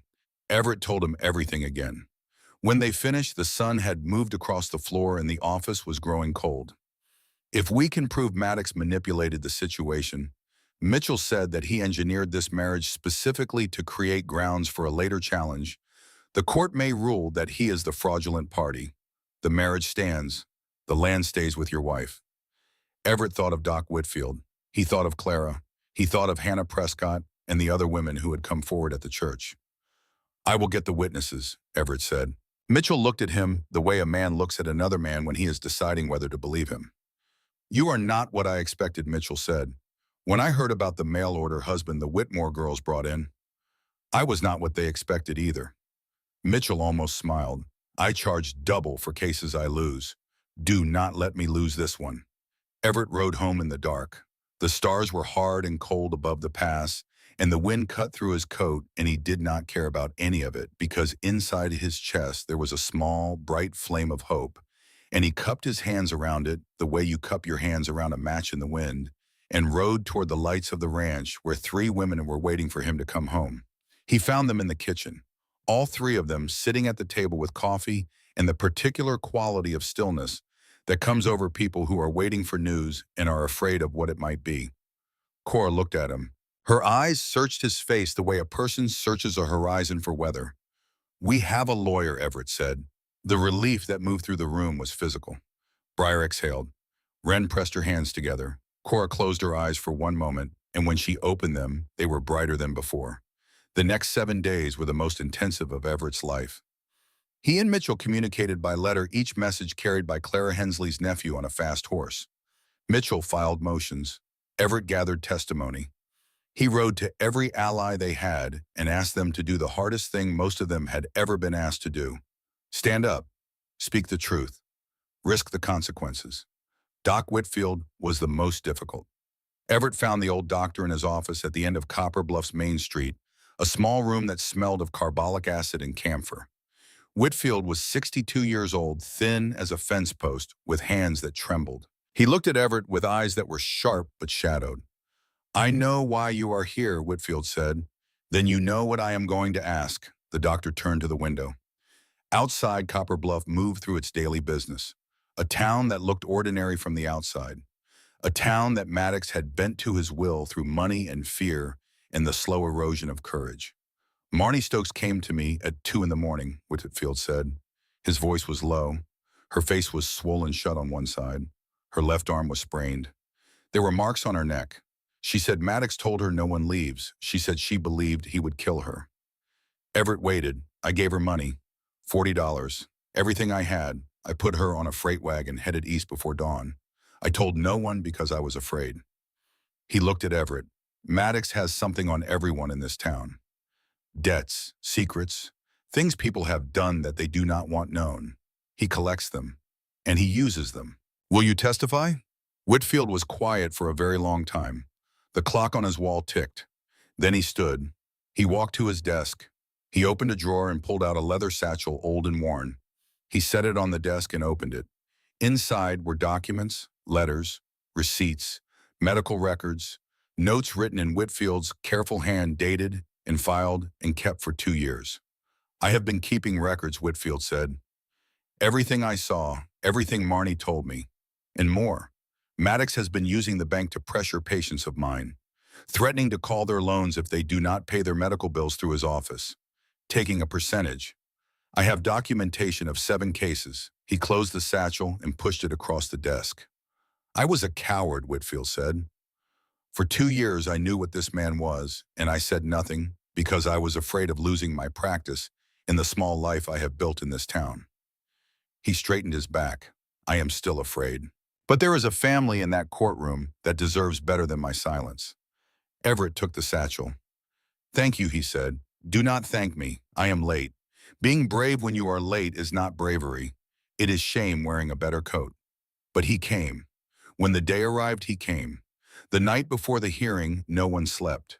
Cora sat on the porch in the cold. Everett found her there at midnight, wrapped in a blanket, staring at the stars. He sat beside her. "If we lose," Cora said, "if they take the land, if we lose the land," Everett said, "we lose a piece of ground. We do not lose each other. This is my mother's land, my father's land. Briar was born in that house. Wren took her first steps on that porch. I know. And I know you will fight for every acre of it. But I need you to hear this. Whatever tomorrow brings you will face it with me beside you, and with Briar and Wren, and Clara and Hannah, and Doc Whitfield, and every person in that town who has finally decided to stop being afraid." Cora leaned into him. He put his arm around her shoulders and held her against the cold, and they sat there until the stars shifted and the first gray light touched the eastern peaks. Then Cora stood, wiped her face, said, "Time to get dressed. We have a hearing to win." Morning came hard and bright, the kind of morning that does not care what you have planned, that offers sunlight and cold in equal measure, and leaves you to sort out which one matters more. Cora, dressed in the dark cotton dress she had pressed the night before, her hair pinned tight, her boots cleaned of mud. She looked like exactly what she was, a woman who had walked through fire and was still standing. Everett appeared from the house in a clean shirt with his collar scrubbed and his spectacles polished. He had trimmed the beard that had grown in over the winter and combed his hair, and the effect was startling. The man who had stepped off the stagecoach in soft Eastern boots and a wrinkled suit was still there, but layered over him was someone else. Someone sun-browned and lean from months of labor. Someone who stood differently. Someone whose hands had learned to grip. They loaded into the wagon. Cora drove. Briar and Wren sat in the back. Briar wore the dress she hated, and her expression said she intended to make someone pay for the inconvenience. Wren had braided her own hair and tied it with the ribbon from their mother's sewing box. Burl Fenton met them at the edge of the trail. He was riding his own horse wearing a coat that had been brushed clean and a hat that might have been new. His face was freshly shaved and pink from the razor. Cora looked at him. "You do not have to do this." Burl shifted in his saddle. He was not a man comfortable with gestures or speeches, and what he said came out rough, like words dragged over gravel. "I have watched that boy of yours chop wood until his hands were raw, and then pick up the axe the next morning and start again. I have seen him stand in a blizzard holding wire. I have seen him sit at your kitchen table, teaching Wren to read every night like there was nowhere else on earth he would rather be. Those are not the actions of a man running a confidence game. If the court needs someone to say that, I will say it." Cora could not speak for a moment. She nodded. They rode to town together. A wagon, 2 horses, and 5 people who had nothing in common except the belief that the truth spoken clearly and without flinching might be enough to defeat the money and the lies and the law arrayed against them. The courthouse at Copper Bluff was the most official building in the valley. A 2-story frame structure with a flagpole and a bell, and a courtroom on the 2nd floor that smelled of wood polish and old paper. By 9 in the morning, every seat was taken. Maddox sat at the plaintiff's table on the right side of the courtroom in his best suit beside his lawyer from Helena, a thin man with spectacles and a stack of papers, in the precise manner of someone who had reduced human lives to contractual clauses. Deputy Floyd Buckner sat behind them, his hand resting near his holstered pistol. On the left, Cora sat at the respondent's table with Thomas Mitchell beside her. She carried no briefcase. She had a stack of papers tied with kitchen string and a pencil in her pocket. She looked like exactly what she was. A woman who had walked 2,000 miles of hardship and was still standing. Everett sat directly behind her. Briar and Wren flanked him. Behind them sat their army. Clara Hensley. Doc Whitfield 3 rows back, clutching his leather satchel. Hannah Prescott with her children.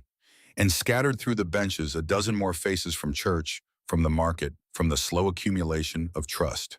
Near the back, Burl Fenton, in his brushed coat and his new hat, sitting in the last row with his jaw set and his eyes fixed on the bench. Judge Horace Pruitt entered through the side door. He was 70 years old, white-haired, with a face carved from granite. He wore no robe, a dark coat, a white shirt. He carried a leather-bound book and a gavel, and 30 years of precedent in a mind that had never been accused of creativity, but had also never been accused of corruption. He sat behind the bench and surveyed the room. His wife sat in the front row. He did not look at her. He struck the gavel once. "We are here on a petition filed by Mr. Jasper Maddox of Copper Bluff Savings and Trust, requesting the court declare the marriage between Cora Whitmore and Everett Langdon fraudulent and void the inheritance provisions of the will of the late Silas Whitmore." He looked at Cora. "Mrs. Langdon, you have legal counsel, I do, Your Honor." Thomas Mitchell representing the respondent. "Mr. Maddox, present your petition." Maddox's lawyer rose. He was smooth, practiced.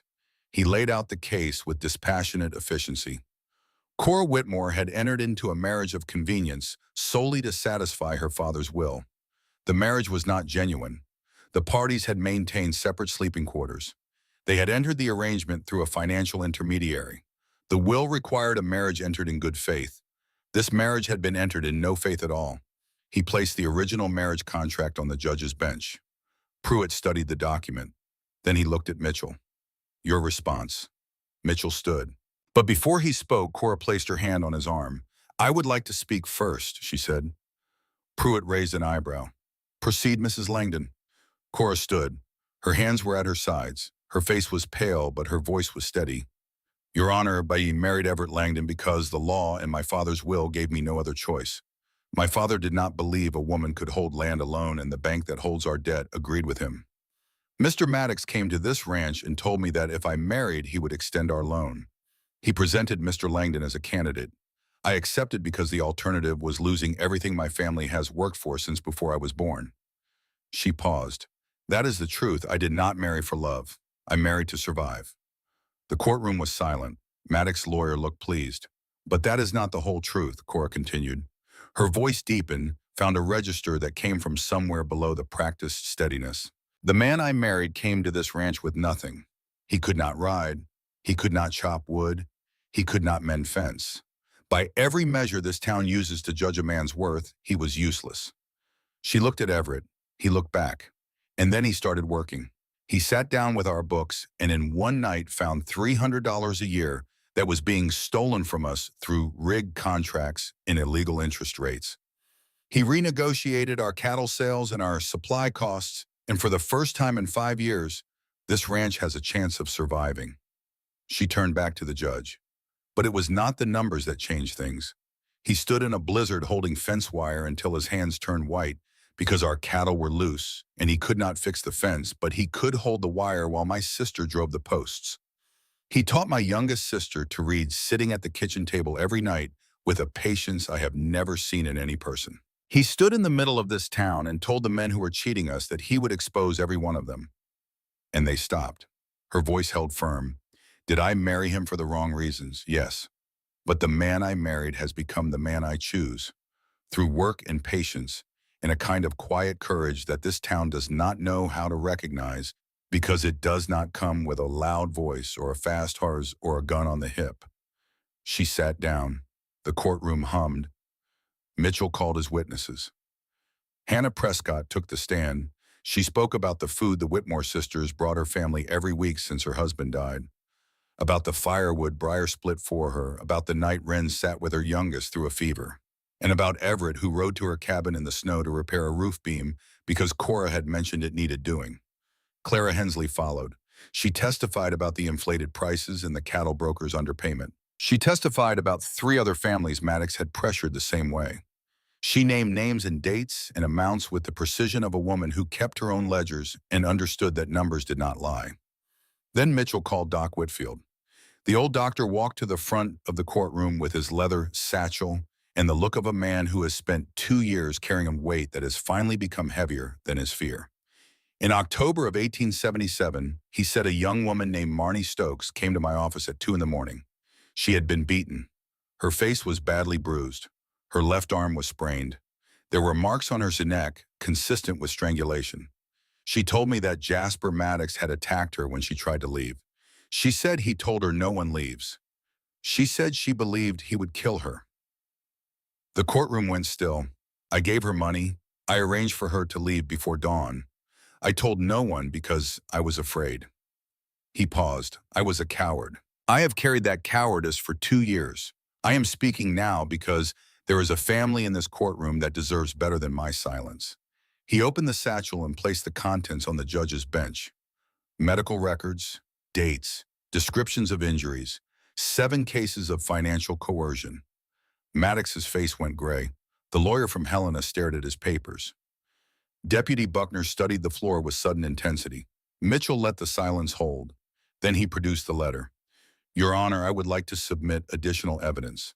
A letter from Jasper Maddox to the late Silas Whitmore, dated 3 months before Mr. Whitmore's death. Pruitt read it slowly. His jaw tightened on the second pass. Mr. Maddox, did you write this letter? Maddox stood. That letter was a routine business communication. A communication in which you threatened to foreclose on a dying man's ranch if he refused to sell at 1/4 of market value, Mitchell said. That is a mischaracterization. Mitchell turned to the judge. Your Honor, this letter establishes a clear pattern. Mr. Maddox wanted the Whitmore land. Silas Whitmore refused to sell. When Mr. Whitmore died, Mr. Maddox manipulated the will's marriage provision to create a situation he could later challenge. He facilitated a marriage he expected to fail, knowing that when it did, he could petition the court to void the will and foreclose. Mitchell placed 3 more documents on the bench. Loan documents showing interest rates 40% above the territorial legal maximum. The hidden clause stipulating the debt doubles if the marriage dissolves within 5 years. And a summary of 3 additional cases where Maddox employed identical tactics. Mr. Maddox did not facilitate this marriage as a service to the community. He engineered it as a weapon. He set these people up to fail. He is the fraudulent party. The courtroom erupted. Pruitt hammered his gavel 3 times. Mr. Maddox, the judge said, do you wish to respond? Maddox's lawyer started to rise, but Maddox put a hand on his arm. He stood himself. The mask was back in place, the pleasant smile, the reasonable voice. Your Honor, this is nothing more than a coordinated attack by people who owe my bank money. Pruitt looked at him with the patience of a judge who has heard every kind of lie and has learned to wait for truth the way stone waits for water. Is there anyone else who wishes to speak? The judge asked the courtroom. A chair scraped in the back row. Burl Fenton stood. He walked to the front of the courtroom the way he walked everywhere, slowly, deliberately, like a man who has arrived at a decision through a process so thorough that hurrying would be an insult to the thinking already done. Your Honor, he said. His voice was rough. I am Burl Fenton. I have ranched the property north of the Whitmore land for 31 years. I knew Silas Whitmore. I knew his wife. I have known those three girls since they were born. He paused, looked at his hat, looked at the judge. When Silas died and the girls put out that advertisement for a husband, I thought they had lost their minds. When that young man showed up at the stagecoach depot looking like a stiff wind would knock him over, I thought we were all done for. I said it too. Said those girls were crazy to trust a man who could not tell which end of a cow was which. He looked at Everett. The old man's eyes were bright. I was wrong. I have watched that boy chop wood until his hands were raw meat and then pick up the axe the next morning and start again. I have watched him stand in a blizzard holding wire for 3 hours because the fence was down and he did not know how to drive post, but he knew how to hold on and refuse to let go. I have watched him sit at a kitchen table every night teaching little Wren to read patient as a saint like there was nowhere else on God's green earth he would rather be. He looked toward Cora, and I have seen Cora Whitmore look at that man, the way a woman looks when she has carried everything alone for so long that when someone finally stands beside her and says, "Let me help," she does not know whether to cry or to keep standing. So she keeps standing, because that is what Cora Whitmore does. He turned to the judge. If that is not a real marriage, then I do not know what a real marriage is. And I have been married to the same woman for 34 years, so I believe I am qualified to recognize one. He put his hat back on and walked to his seat and sat down and stared straight ahead. In the front row, Orla Pruitt's face had changed. The satisfaction was gone. In its place was something that might have been doubt or might have been the first crack in a certainty she had held for so long she had mistaken it for truth. Judge Pruitt sat still for a long time. He looked at the papers spread before him. The contract, the letters, the affidavit, the loan documents, the medical records. He looked at Maddox, he looked at Cora, he looked at Everett. He picked up the gavel. I have heard sufficient testimony, he said, on the matter of the marriage between Cora Whitmore and Everett Langdon. The court finds that while the marriage was entered into under unusual circumstances, substantial evidence demonstrates that it has become a genuine union. The testimony of community members, the respondents' own statements, and the clear bond between the parties all support the conclusion that this marriage is real and entered in good faith. The petition to void the marriage is denied. The inheritance provisions of Silas Whitmore's will remain in effect. The land belongs to Mrs. Langdon. He paused. Furthermore, the evidence regarding Mr. Maddox's conduct raises serious concerns. The usurious lending practices, the manipulation of property transactions, the testimony regarding Marnie Stokes. These matters warrant investigation by the Territorial Prosecutor's Office. Mr. Maddox is remanded to the custody of the court pending that investigation. Deputy Buckner is suspended from duty effective immediately. He paused again and his eyes settled on the loan documents spread before him. Additionally, given the documented evidence of usurious interest rates exceeding territorial limits by 40%, and the fraudulent structuring of debt instruments with hidden punitive clauses, the court refers the Whitmore loan in its entirety for formal review. The outstanding debt is hereby suspended pending the territorial investigation. No payments shall be collected and no foreclosure proceedings initiated until the review is complete. Two ranchers who had been sworn in that morning as temporary deputies moved toward Maddox. He stood. The smooth face was gone. What remained was the raw expression of a man who has been undone by someone he considered beneath his notice. They let him out. The door closed. The courtroom exhaled. Pruitt set down his gavel. Build something good with that land. You have earned it. The courtroom emptied slowly. People filed past Cora with nods and murmurs, the small gestures that carry more weight than speeches, because they come without rehearsal. Women who had whispered about her now looked at her with something different in their eyes. Orla Pruitt swept past without a glance, her back rigid, her jaw set. But others lingered. Others spoke. Clara Hensley reached Cora first, wrapped her arms around her and held on and said nothing because there was nothing to say that the holding did not say better. Hannah Prescott took Cora's hand. You carried us. Now you let us carry you. Doc Whitfield was the last. He stood by the courtroom door with his satchel and his face looking older but lighter, the face of a man who has set down a weight he carried too long and can feel the blood returning. You were brave, Cora told him. He shook his head. You were brave. I was only late. He squeezed her hand. Take care of that family, Mrs. Langdon. Every last one of them. Outside, the air was cold and sharp, and the sky was woody and blue, and the mountains stood against it like walls built to hold back everything that did not belong. Briar stood on the courthouse steps with her arms crossed and her red hair bright in the winter sun. We won, she said. We won. Wren said beside her, and the tears spilled over, and she did not wipe them away because they were the good kind. They loaded into the wagon. Cora drove. Briar and Wren sat in the back with their legs hanging over the tailgate. Everett sat beside Cora on the bench with the reins between them and the road stretching ahead through the cottonwoods where the first buds of spring were breaking on the bare branches.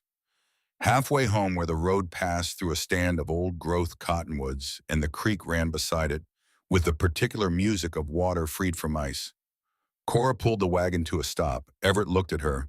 Why are we stopping? She set the brake, wrapped the reins, turned to face him. In the courtroom, she said, I told the judge that I chose you. That was true. But I did not say all of it because there were people watching, and I have spent my entire life being strong in front of people, and I did not know how to be something else. She paused. The wind moved through the cottonwoods. I want to say it now, without a courtroom, without an audience. Briar and Wren had gone still in the back, listening. I want to build a life with you, Everett Langdon. I want to watch this ranch grow under our hands. I want to sit on that porch when we are old and look at the mountains and know that everything between here and there belongs to us because we fought for it together. I want to stop being afraid that you will leave. I want to stop carrying everything alone. Her eyes were full. You came here with nothing, and you gave me everything I did not know I needed. Not strength. I have enough of that. You gave me permission to be tired, permission to lean on someone, permission to want something for myself instead of only for my sisters. She reached across the seat and took his hand. I choose you. Every morning, every winter, every fight that comes, I choose you. Everett held her hand. His voice when it came was steady. I came here with 2 books and a suit that does not fit. I thought I was answering an advertisement. I was walking into the only home I have ever known. He looked at her. You are the strongest person I have ever met, and I am going to spend every day making sure you know that you do not have to be strong alone, not anymore. From the back of the wagon, Briar's voice rough and unsteady. Kiss her, you fool, before I lose my mind. Wren laughed through her tears. Cora laughed through hers. And Everett reached up and cupped her face in his hands, hands that were no longer soft hands, that had learned to grip and hold and carry, and he kissed her. Softly, surely, the kiss of a man who had found the place he was meant to be and intended to stay. They held the wedding on a morning in late March. Not the first wedding. That had been legal and necessary and cold. This one was chosen. This one was wanted. They stood beneath the old cottonwood behind the cabin, where the first buds were breaking green on the branches, and the air smelled of snowmelt and pine, and the deep, rich scent of earth waking up after a long sleep. 5 people standing in a clearing, with the mountains behind them, and the sky above them, and the ground beneath their feet. Clara Hensley stood to one side as witness, her eyes red, her jaw working against the emotion she was determined to control. Burl Fenton stood to the other side, hat in hand, looking profoundly uncomfortable and profoundly moved in equal measure. Briar and Wren stood together. Briar had her arms crossed, her eyes bright, biting the inside of her cheek in the way she did when she was feeling too much. Wren held a small bundle of dried wildflowers she had gathered from the creek bed, the first purple blooms of spring pressed between squares of paper and tied with a ribbon from their mother's sewing box. Cora took Everett's hands, rough hands now, both of them. His calluses had come in over the winter, layered on top of the blisters that had layered on top of the soft skin of a man who had once held nothing heavier than a pencil. "I give you everything I have," Everett said, "which is not much. 2 books, 1 suit, and whatever I have learned about fence wire and cattle prices. But I also give you my word. I will be here every morning. I will build what needs building and fix what needs fixing and hold what needs holding. I am not going anywhere." His voice did not shake. His eyes did not leave hers. Cora spoke. Her voice was clear as the creek running beside them. "I have been carrying things alone for so long that I forgot what it felt like to set them down. You did not take them from me. You did not ask me to be less than what I am. You stood beside me and picked up the pieces I could not hold, and you held them like they mattered. Everything matters when you hold it." She paused. "I choose you because you showed me that strength is not the same as being alone, and I am done being alone." Wren stepped forward. She held the dried wildflowers between their joined hands. The purple petals were fragile and thin, barely more than a memory of color, but they were real. "So we remember," Wren said, "the first sign of spring." Cora and Everett knelt together and placed the flowers in a small hole they had dug at the base of the cottonwood. They covered them with earth and pressed the soil flat with their palms side by side, and when they stood, something had been planted that was more than a flower. A marker. A beginning. Burl Fenton cleared his throat. It was a sound like a rusted gate opening. "Well," he said, "I guess that is that." Briar wiped her eyes with the back of her hand and said, "I am not crying. It is the wind." "There is no wind," Wren said. "Then I am allergic to weddings." Clara produced a cake from behind the wagon, small, slightly lopsided, decorated with sugar and dried berries. They ate it, standing in the clearing with the mountains watching and the creek singing and the cottonwood holding its new buds up to the sky like hands opening after a long winter. 5 years passed. The ranch grew. The cabin expanded new walls, going up one spring, a proper porch the next, then a second story that Everett designed and Briar built with a ferocity that suggested she had been waiting her entire life for an excuse to swing a hammer at something that deserved it. The barn doubled in size. The herd grew from 40 head to 80. A second chicken coop appeared. A root cellar. A proper smokehouse. The garden was Wren's masterpiece. She planted it in expanding circles, from the kitchen door vegetables near the center, herbs in the middle ring, and wildflowers at the outer edge, a border of purple and yellow and white that bloomed from May through September and turned the approach to the cabin into something that stopped people on the road. Briar married in the 3rd year, and it happened the way all events involving Briar happen, suddenly, loudly, and with a level of intensity that left everyone nearby slightly dazed. His name was Callum Oakes, a blacksmith from Ridgewater, a quiet man with enormous hands and a disposition so calm that standing next to Briar was like standing next to a campfire beside a river. They balanced each other. He built things. She broke things. Together, they made something that worked. They lived in a cabin Callum built at the south end of the Whitmore property, close enough to share meals, far enough for privacy. Wren taught school. It had taken her 2 years after Everett first sat down at the kitchen table with her to devour every book he brought home, and within that time she was reading faster than he was. By the 3rd year, she had taught herself enough arithmetic to help with the ranch books, and when the schoolhouse opened in Copper Bluff, funded by a subscription drive Everett organized, and Clara Hensley matched dollar for dollar, there was no one in the valley better suited to teach children who had been told they could not learn. Because Wren knew what it felt like to be told that, and she knew it was a lie. Doc Whitfield still came quarterly. He was older now, slower, his hands less steady. But his spine was straight, and his eyes were clear, and he carried himself with the quiet dignity of a man who had found his courage late and held on to it with both hands ever since. Burl Fenton still ranched the North property. He came to dinner on Sundays, always with a complaint about the food and always with an empty plate at the end of the meal. His wife Ada came too, a quiet woman with a wry smile who understood that Burl's gruffness was a language and affection was what it meant. Maddox was gone. The territorial investigation had uncovered a pattern of coercion and financial manipulation stretching back 9 years. He had been convicted and sent to the territorial prison. The investigation also voided the fraudulent loan entirely.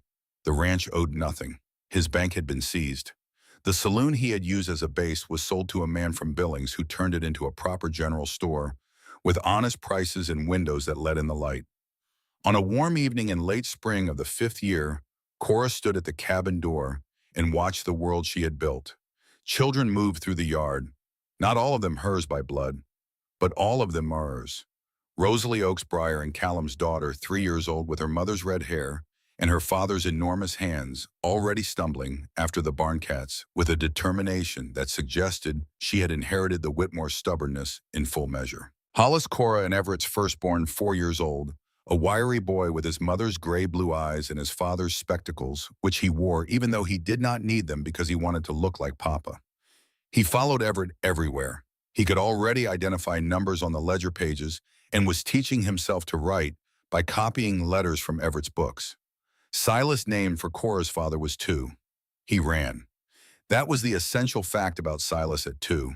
He ran through the yard and around the barn and down to the creek and back with the dog that Burl had given them, trailing behind him, both of them moving at full speed toward nothing in particular and loving every second of it.